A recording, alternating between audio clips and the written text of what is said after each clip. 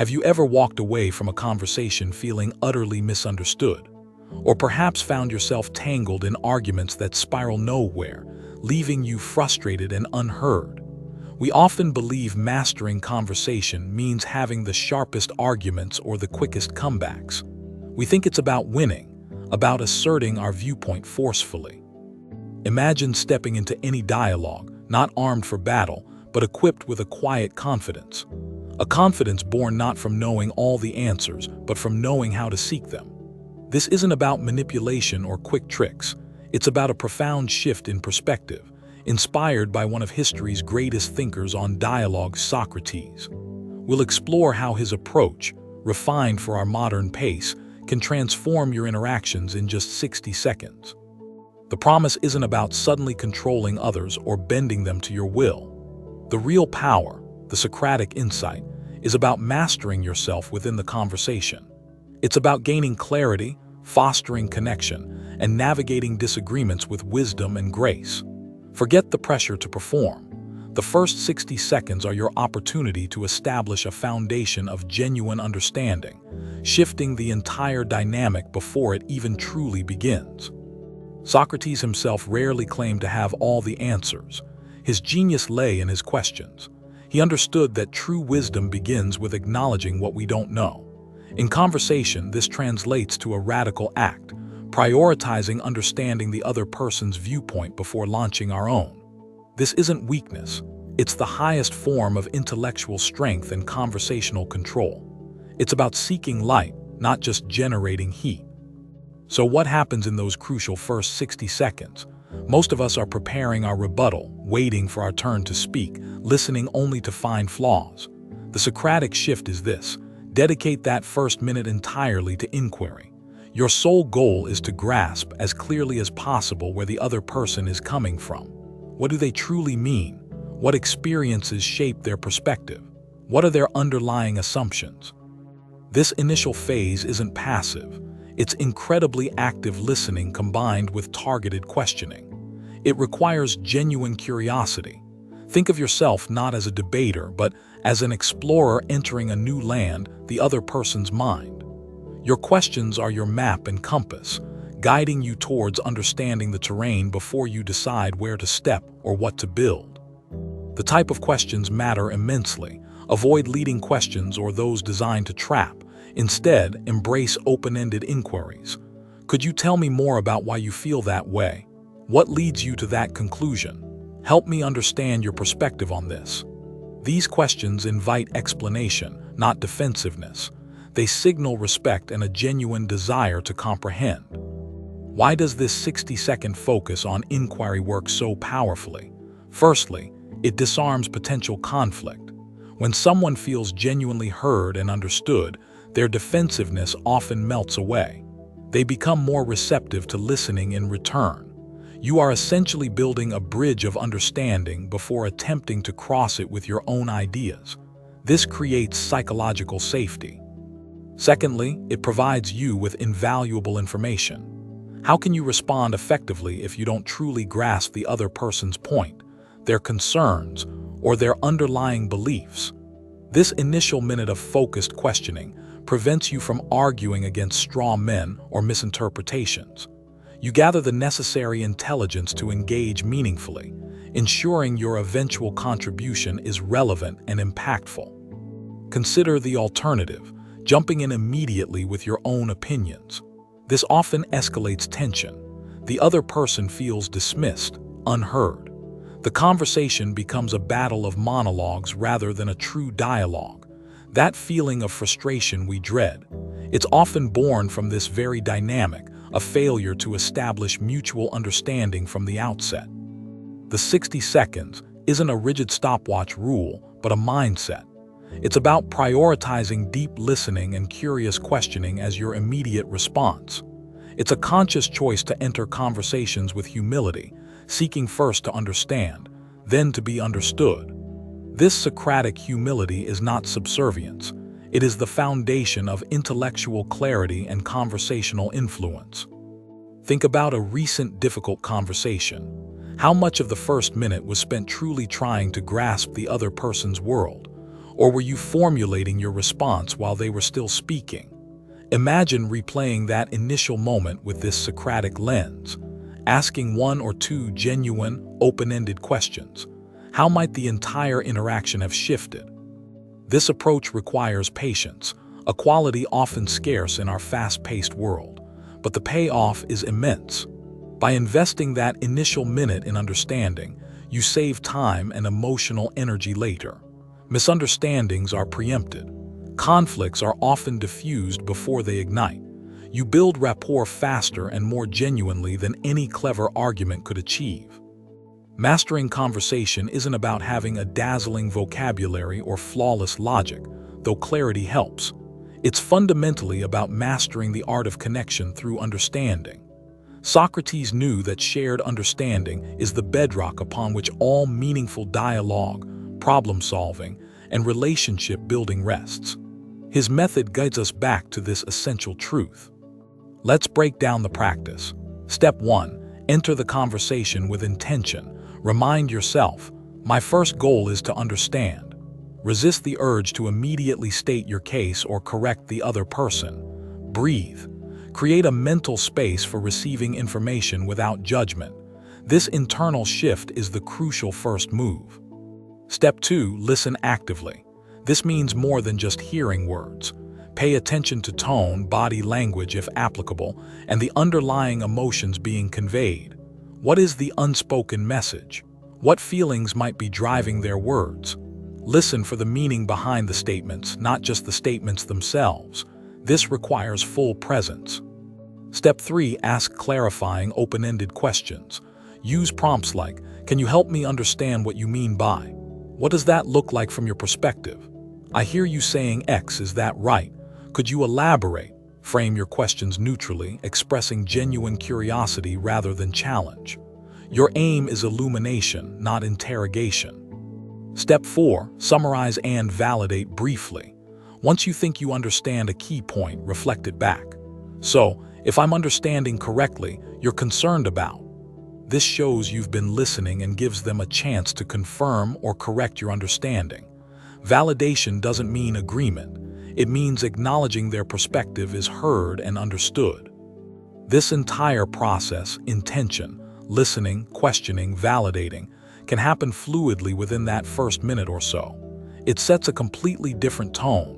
It communicates respect. It builds trust.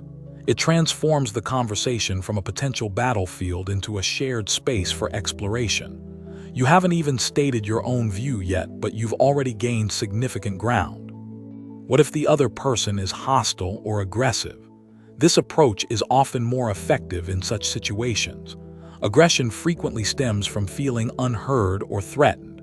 By genuinely seeking to understand their viewpoint first, "Help me understand what's making you feel so strongly about this," you can sometimes lower their defenses where direct confrontation would only escalate things. This isn't about being passive or letting others dominate.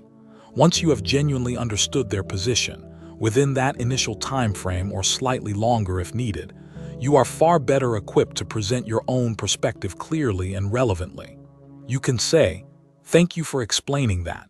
I see your point about X from my perspective." Your contribution lands differently because the foundation is laid. The Socratic 60 seconds is a discipline. It takes practice.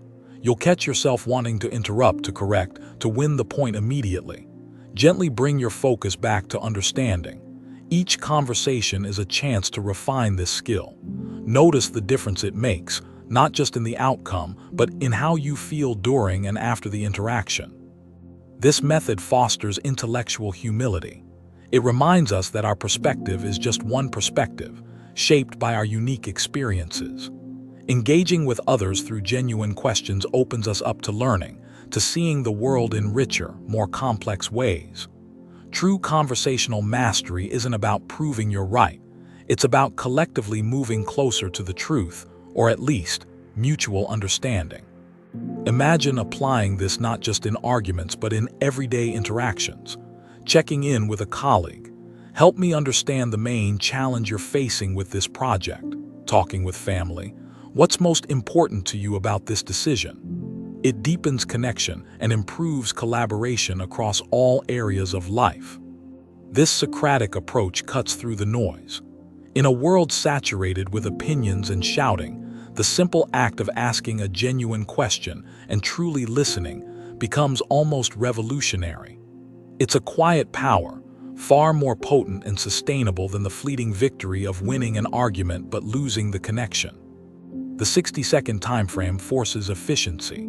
It compels you to ask potent questions, to listen with laser focus. It's a mental exercise that sharpens your ability to quickly grasp the core of an issue and the heart of the other person's perspective.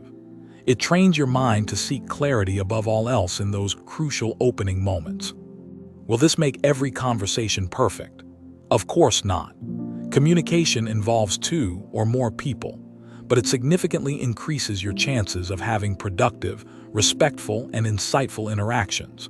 You control your approach, and this approach maximizes understanding and minimizes unnecessary conflict. It puts you in the driver's seat of your own conversational conduct. This isn't just about technique, it's about embodying a philosophical stance. The stance that understanding precedes judgment, that curiosity is more valuable than certainty. That connection is built through empathy, not assertion alone. This deeper shift is where the real mastery lies, extending far beyond any single conversation. Think of the mental space this creates. When you aren't constantly formulating your next attack or defense, you become more present, more relaxed. Conversations become less draining and more engaging. You start to see disagreements not as threats, but as opportunities to learn and refine your own thinking. The legacy of Socrates isn't just in complex philosophical arguments. It's in this practical tool for better human connection. His method reminds us that the most profound conversations often start with the simplest, most honest questions, asked with a genuine desire to comprehend the world through another's eyes. So the challenge is simple yet profound. In your next conversation, consciously dedicate those first 60 seconds. Bite back the urge to state your case. Instead, ask, "Help me understand." Listen intently to the answer. Notice the shift. This is not just a communication tactic, it's a practice in wisdom. Remember, mastery isn't about talking perfectly for 60 seconds. It's about using that initial minute to listen and inquire perfectly. It's about setting the stage for mutual understanding. The quality of the entire conversation often hinges on the quality of connection established right at the beginning. This practice cultivates empathy. By stepping into someone else's shoes through questioning, you start to feel with them, not just think about them. This empathetic connection is the glue that holds relationships and societies together. It turns potential adversaries into partners in dialogue. Don't underestimate the power of feeling truly heard. It's a fundamental human need. When you offer that gift to someone in the first minute, you create an atmosphere of trust and openness that can transform even the most challenging subjects into opportunities for growth and connection. This Socratic approach is particularly useful in professional settings. Navigating team dynamics, client relationships, or negotiations becomes smoother when the initial focus is on understanding needs and perspectives before proposing solutions or making demands. It fosters collaboration and leads to better outcomes. Consider the energy saved. Arguments fueled by misunderstanding are exhausting. Conversations grounded in genuine inquiry are often energizing, even when discussing difficult topics. By investing in understanding upfront, you conserve your mental and emotional resources for more productive engagement later in the dialogue. The beauty of this approach lies in its simplicity. It requires no special training, only intention and practice. Anyone can start applying this principle immediately.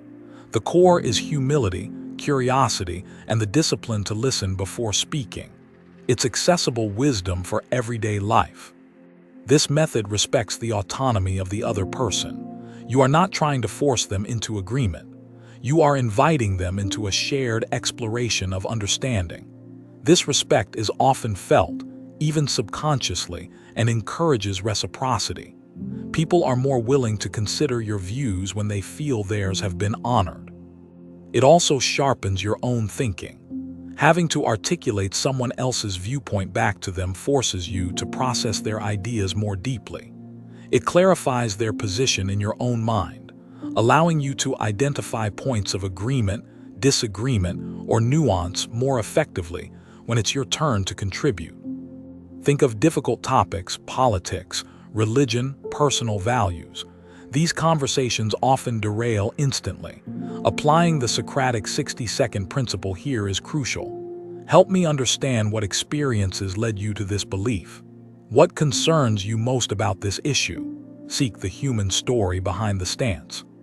Does this mean you never express your own views? Absolutely not. It simply means you sequence the conversation strategically.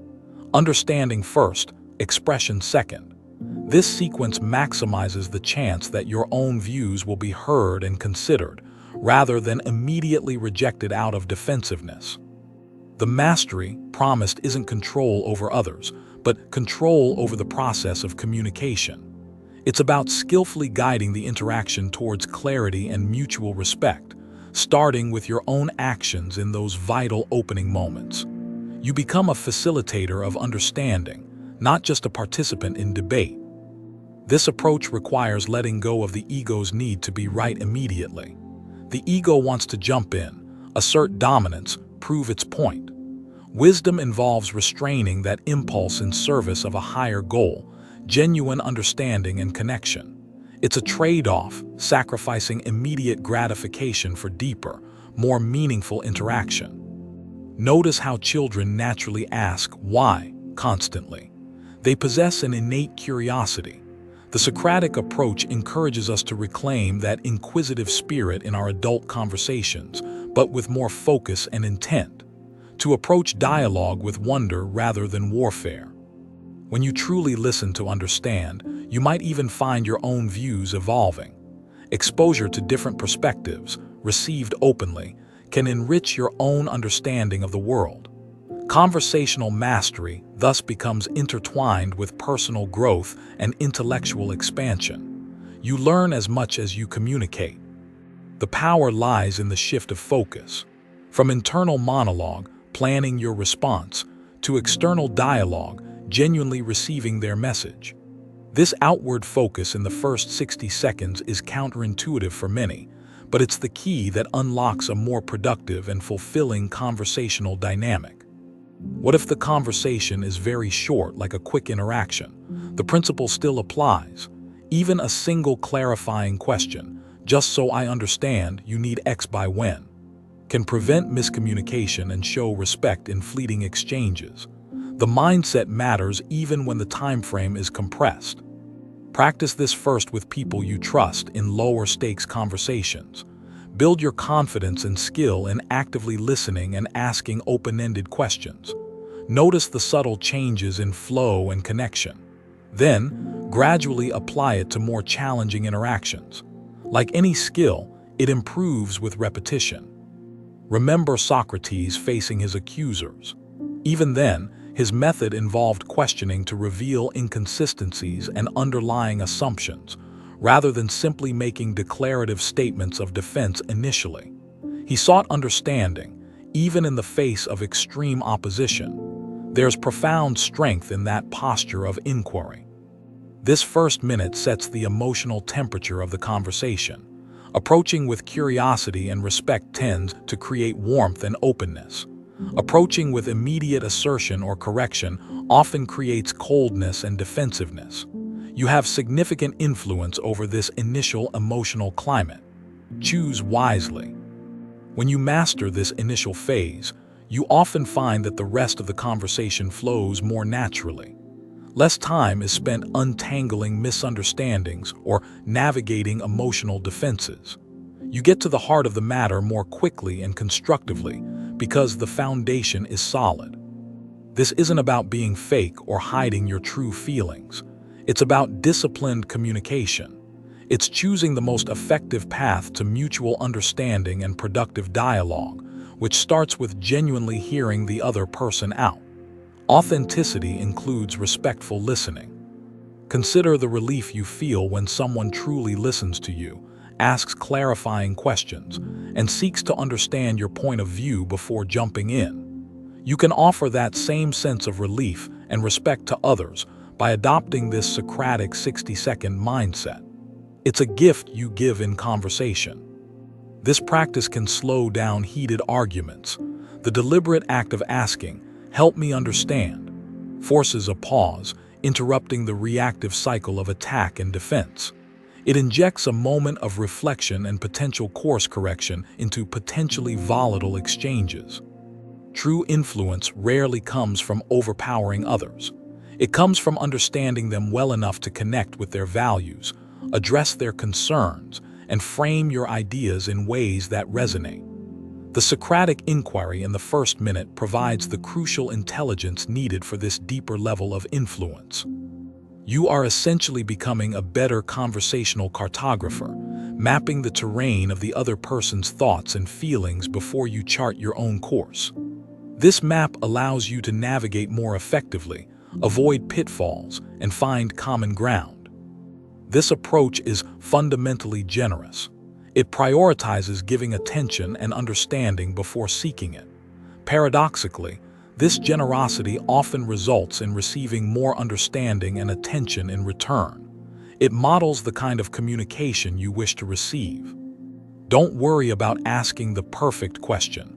The sincerity of your intent to understand matters more than the elegance of your phrasing. A simple, genuine, "Can you say more about that?" can be incredibly effective. Focus on curiosity over cleverness.